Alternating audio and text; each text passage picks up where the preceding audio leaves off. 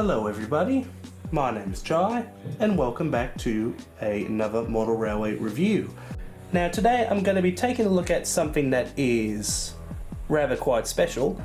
As you can see, I have got myself a 7-car Tait Set from Auscision models. Now these things are actually quite iconic in real life, as these were the first proper electric trains to run on the Melbourne suburb network. So these things are actually quite remarkable in history. So Auscision Models has kindly enough given us a replica, a model of these beautiful pieces of machinery. Now I got this set from Train World just a few hours ago from the time of me recording this video, so let's just say it took only a day to get this thing back home. It was kind of a nightmare. Long story short, the trains weren't running on the line to North Brighton.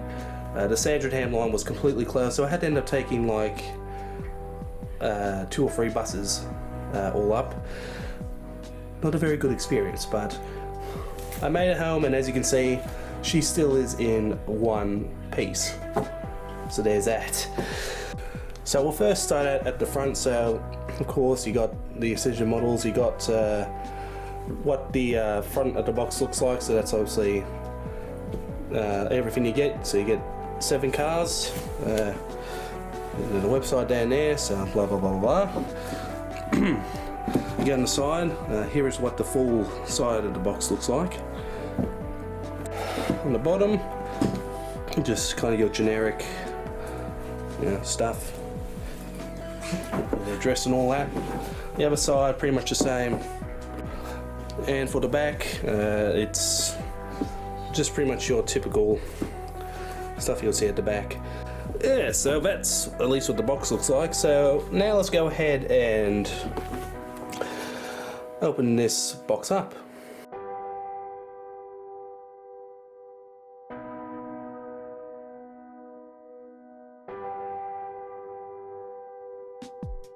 And of course we do have a few instructions, I think.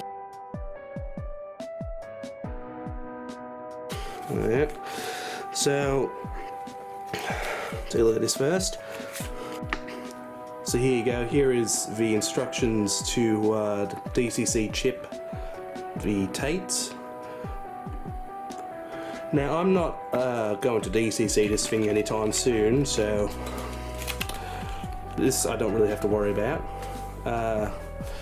What do we got here? These are the instructions. Now we'll just take a look at a couple of these, because I'm pretty sure it like shows you a diagram of each coach, funny enough. So there you go, that's I think like the interior of it. Here's the outside. So yep.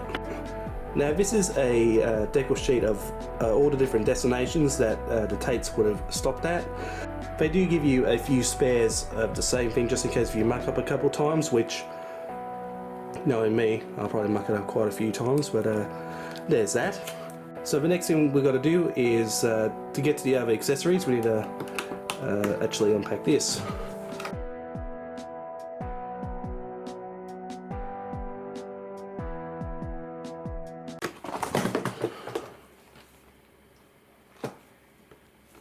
Use or nothing.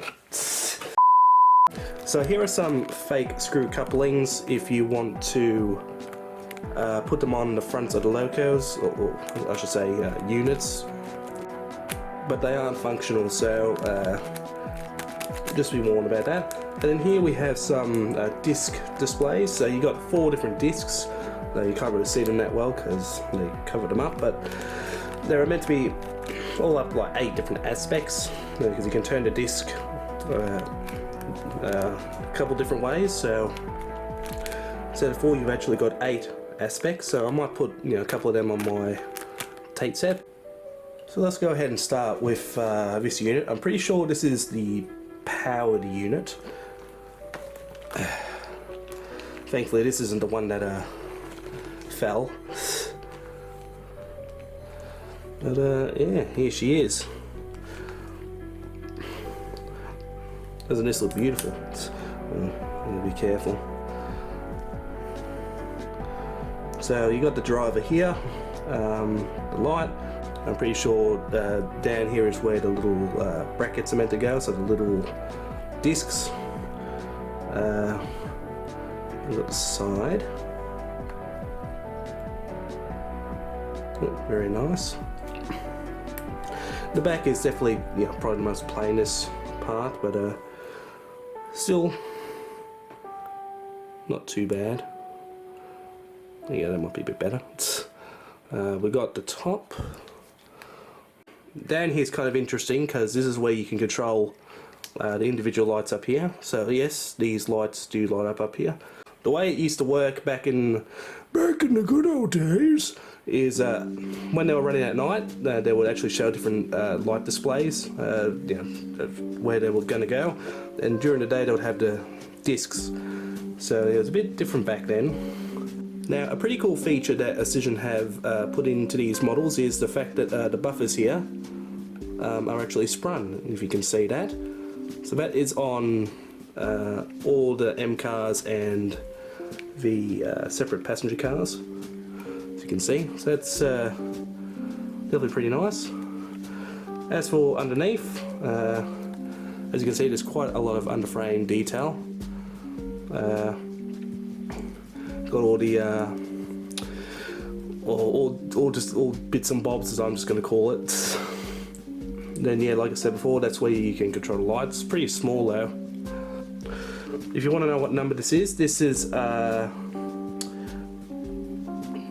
a number. It's 268M. So that's pretty nice. So now let's go ahead and quickly look at the coach that fell. This one is 203T.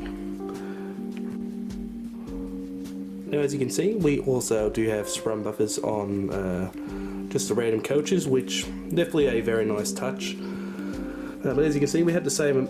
Oh, actually, definitely a bit less detail under there, but still pretty good. You got all the brake piping and well, whatever these things here are. Next, I think we'll just take a look at one of the dummy cars. As you can see, we don't have a driver in there, but we do have a little guard. Just same with the other two, you do have sprung buffers, so you know, very, very nice. Obviously it doesn't have a motor, but these lights do light up. You got the horn, and just a side here. As for underneath, you do pretty much have just the same as the power car. And if you want to know what this one is called, this one is number 383M. So here is the lineup of everything you get in the box. So of course you got the fake screw couplers, the discs, the motherboard sheet, and of course the instruction for pretty much every single coach that's in the set, and of course the DCC guide. So yeah, then of course you get the power car, 3 T's, 1 G, and well, 2 dummy M's, and like I said before, the powered M car. Well, I think all of you now know that the next thing I'm going to do is I'm going to, of course, take a closer look at probably not everything. I'll probably take a look at the powered M car, one of the T cars, and then maybe one of the dummy M cars. So let me go ahead and get my Lazy Susan out, and we'll take a closer look at some of these models of the details. So of course we're going to start out first with the powered unit of the Tait Set. So let's go ahead and take a close look at all the details.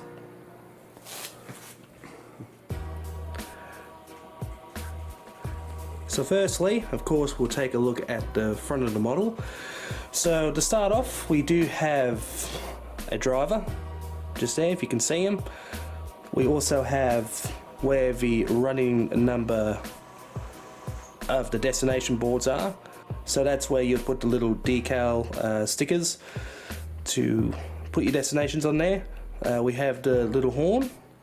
We have the 3 little lights that, like I said before, can be set to different destinations. So moving more down to the middle of the unit, we just have just a few handrails. We also have the main headlight. We also have the little bracket, which are for these destination discs. Moving more down to the bottom, like I said before, we do have sprung buffers on each coach, which is quite a nice touch. Of course, we have the standard Car Tait coupler, which in real life would have these screws, but like I mentioned before, they aren't functional, so take that if you will. If you want to be a bit more realistic, you can put it on, but I'm not going to, because if I ever do get another one of these Tait sets, I might, you know, try and couple them up together. But anyway, so moving on to the side, we do have a lot of these doors and the windows. We also have, well, I'm assuming just a couple windows near the top there. We also have, if you can tell, we have lots of separately little handrails on this model, as you can see, and they are strewn all around the side of the doors. You've got the number of 268M on the top there and on the bottom. Also got, for what you can see, bits of pipe work and all that type of stuff strewn the model. Of course, we'll move now a bit more to the back, which is probably the most bare bones of the bunch, as you can see. So I'm pretty sure this is just like a air hose or something. A few little step ladders for crews to get on, and some sprung buffers again on the back, which is a pretty cool feature. And here is what the roof looks like. So again, it's sort of just a plain type of roof, but as you can see, it does kind of stump up in the middle. So next, I'll go ahead and we'll take a look at just one of the generic standard coaches for the Tait set. So here is just a random coach that I decided to just pick. With that, now let's go ahead and look at some of the close-up details on the coach. Now, as you can already tell, this thing definitely is a lot more bare bones compared to the M car, which is of course no surprising. But as you can see, we do have separately fitted handrails all on the side, and of course we have all the doors. We also do have a lot of you know, just pipe work and stuff like that down there. It's still pretty good under frame as well. Now, as far as the roof, as you can see, it is also pretty much just the same, with just the slope and a few little lumps on top. So that is a look at a T car coach. So now let's go ahead and look at one of the dummy M units. Now, this is pretty much the same as the powered car, with the only difference, of course, being that it's a hell of a lot lighter. But instead of having a driver, of course, well, in the driver cab, you actually have a guard that sits up on the top here. So just like the power unit, we do have the pantograph, and we also have the separate little lights, which are meant to, again, display different destinations, if you know what you're doing. You got the horn, you got a guard up there, destination board, an empty cab seat, the handrails, a headlight which does work still, bracket for the disc, and the sprung buffers again on both sides, and of course the standard Car Tait coupler. Same place where the doors are, all the separately fitted handrails on each of the doors, with 383M on the top and the bottom there. As for underneath, because I didn't check the other power car, but as you can see, that is what underneath looks like. And again, this is where you would control the lights for up here and down there. And again, pretty much the same for the back. It's just pretty bare bones. But again, sprung buffers, KD coupler, and again the roof, pretty much the same. I don't have to explain again, but still very nice nonetheless. So there you go. That is a quick close-up look at all the details of the Tait set. Well, there you go, everyone. Those were the close-up looks and details of the Tait set. I do have to say that I'm definitely quite impressed with the amount of detail that was, of course, on these models. And of course, with that, I do have to say a massive well done to Auscision. They never do disappoint when it comes to their detail. But with that out of the way, I'm pretty sure all of you now know what is coming up next. So I'm now going to go ahead and pack this set back in the box and head over to the Car Model Railway Club, where we'll go ahead and we'll test to see how she runs.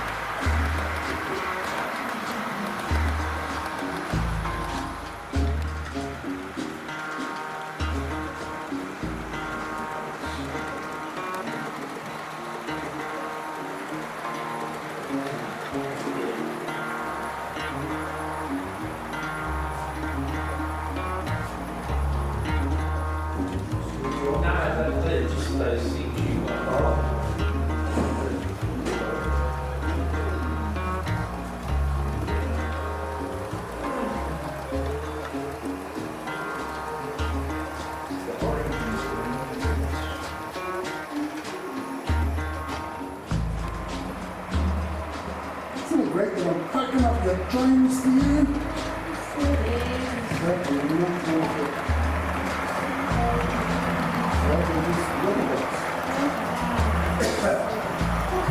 hab ich's. Quick, quick, go, quick, quick.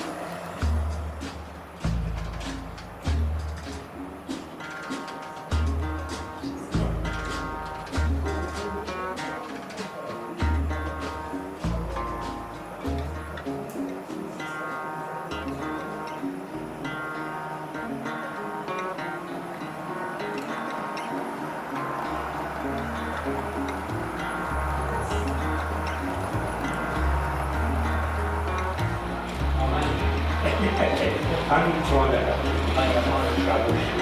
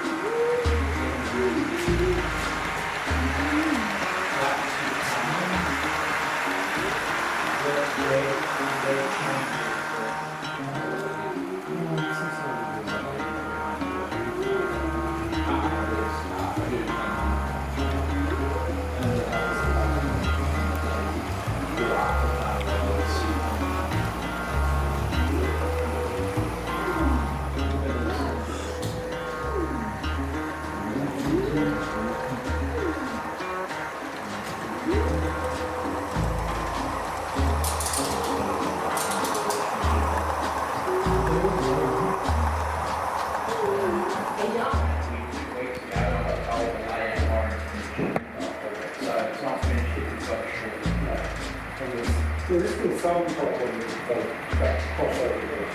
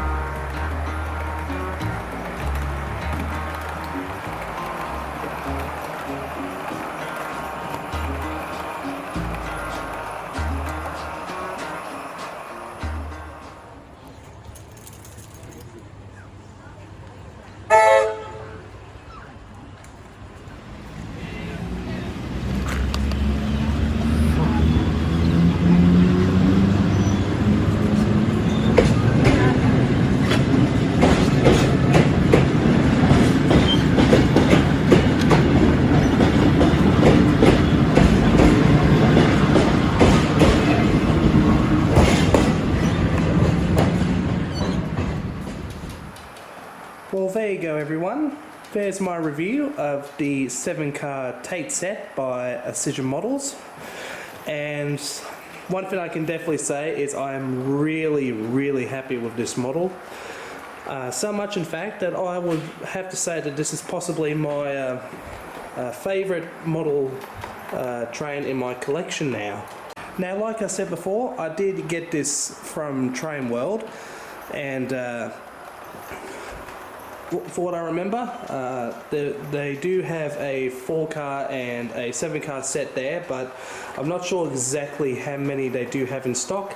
For all I know, they could just have one, or they could have, you know, multiple of them. But if you are very curious in getting one of these Tait sets, which I can strongly recommend, then go ahead and get yourself one at Train World if you're near the area. But with that, I'm now going to go ahead and talk about my final thoughts and conclusions of this Tait set. So firstly, I want to talk about all the detail that is on these models. To put it simply, for an Auscision standard, of course, it is usually always amazing. and this is definitely no different. The fact that you get all these separately fitted metal handrails on the sides of where the doors will be on every M car and coach is quite amazing, and as well as all the interior details such as the cab where you got the driver or the guard, and the interior as far as where the passenger compartments are also done very, very nicely. As well as that, other separately fitted parts such as the horn is also done pretty nicely. And you also do have the pantograph, which for what I heard, if you actually do have a layout that has overhead wiring that's live, apparently for what I heard, these pantographs can actually pick up real power from overhead wires. But I think the best detail of this thing has to be the separately fitted sprung buffers. Now, in Victoria, we didn't have that many trains that would have sprung buffers in the real world, but the Taits were one of the rare exceptions. But the fact that Auscision made them sprung as well is definitely quite cool and amazing, really. And like I said before, and as you would have saw earlier, it's not just the M units. Every single coach of the entire set and M unit do have sprung buffers, which is definitely quite amazing. Another really nice touch was the accessories bag with all the little discs and the all the fake screw couplings. So nice that you get them, because I know obviously some people would want to use them to make it a bit more realistic. And speaking about discs, as you can see from the time me recording this section anyway, I have actually added 3 different discs to each M unit. I'm not sure exactly what destinations I actually chose, but it's just the ones I thought were appealing to me. Although I haven't bothered to put any of the destination stickers on the top, on the destination board. To me that would just be a bit too hard. But as far as adding the little discs, they were actually a lot more easier than what I thought. Now, I didn't actually glue the discs in, I just blue tacked them. So technically, if I wanted to, I could just change the discs out, fairly easy, I would say. I mean, I could leave a couple little blue tack marks, which wouldn't be good, but still, at least if I want to, I can change the discs, unlike glue, which could cause more damage, I think. But another thing also I want to note is the performance of the model. Now, considering the fact you only get one single M unit that's powered out of the 7-car set, it still works very, very well. Like, it does struggle a little bit on some of the hills, but when we move into the negative section, I will have an explanation, I should say. But apart from that, the performance was definitely very, very good. As you can probably tell, it's very, very quiet, doesn't make that much noise, and as well as that, it's also, like I said before, a very smooth runner.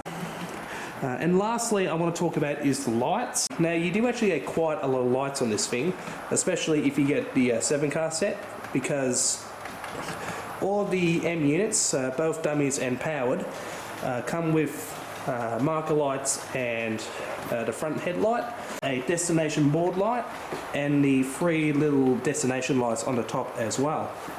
And all of them do work, which is again very, very nice as well.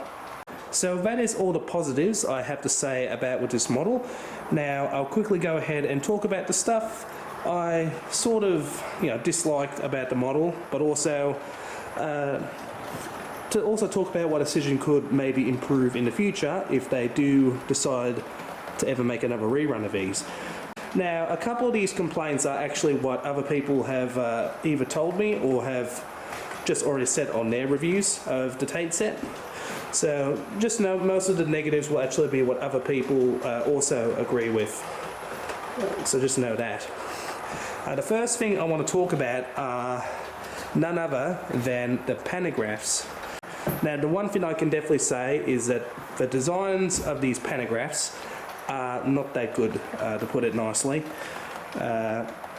Unfortunately, they don't go back down that easily. It's quite fiddly In fact, even to this day, which it's been a couple of weeks since I got it, I haven't been able to get the pantographs back down, and I'm worried to try and fiddle around with it too much just in case if I accidentally break something. The pantographs do come up very easily, it's just trying to get them back down that unfortunately is a really big struggle to fight with. So another thing that people are complaining about is the fact that lots of people wish that you would just have two drivers in the powered and dummy M unit. And it does make a lot of sense considering the fact that it is an EMU, so it is meant to go backwards and forwards, and obviously you're not meant to just drive it one way. I mean, look, there are some people that probably do prefer it the way it is now, but even I want to say that I believe they should have added a driver in both ends. I think it would make it a lot better. Now, I think I might have a solution of how we could make it work with a 7-car set. Because currently you just get a guard in either one or both of the dummy units, so depending on what set you get. For the 4-car set you'll get just one guard, and with the 7-car set you'll get 2 guards in both of the dummy units. But here's how I think I would have improved it, at least for the 7-car set. I think what Auscision should have done is they should have made it with the 7-car set with one of the 2 M units, is just add another driver, and that way if you wanted to you could pop the driver at the back, so that way you could make it so it's going backwards and forwards with 2 drivers. Or if you don't want to use it, and let's just say they left one of them with just a normal guard inside, then you could hide the driver, dummy M unit, and then just have it like the way it is now. So yeah, just pretend that this is the dummy unit that has a driver. Obviously you wouldn't be able to see it. And you also have the guard. Maybe just have a driver in one of the dummy M units, and then have a guard in another one. So that way people can choose which ones they want to use at the rear of their train, and the one they don't want to use they can just hide in the middle of the train, so that way you don't get to see it. Now the last thing I want to talk about is actually just my opinion. So this isn't something that any other person has complained about, so just note that these are just my opinions for this last section, but that is I wish, at least for the 7-car set, that Auscision made it where you get 2 powered M units instead of just 1. The reason why I'm saying this is, like I said before, although the powered M unit that you get is fairly powerful and can handle this train fairly well, that's only really on the flat bits of track. As soon as it goes up any hills, it does struggle a fair bit. So for a 4-car set I could understand, but for a 7-car, which you do get an extra 3 coaches, and also note that both dummy units have a bit of drag on them, which definitely doesn't help when you're going uphill, and it just adds a bit more weight to it for it to struggle. So I think adding another powered M unit would have definitely made the set a lot more stronger, I guess. I know it would have cost a bit more money, no doubt, but I think it would have worked, and it definitely would have helped to get up some of those hills, because annoyingly, at least on the main club layout, I can only run it one way, which is a little bit annoying, but that's why I kind of wish that you got it a extra power car with the set. But overall, those are really the 3 complaints I do have with this Tait set. So overall though, just like with most of my models, I am more than really happy enough to say I do recommend this. Now if you are interested in wanting to know some more about the Auscision models Taits, or just the real Taits themselves, then I could recommend you to a channel by the name of Taitster. I'm pretty sure that's how you say it. Sorry if I got your name wrong.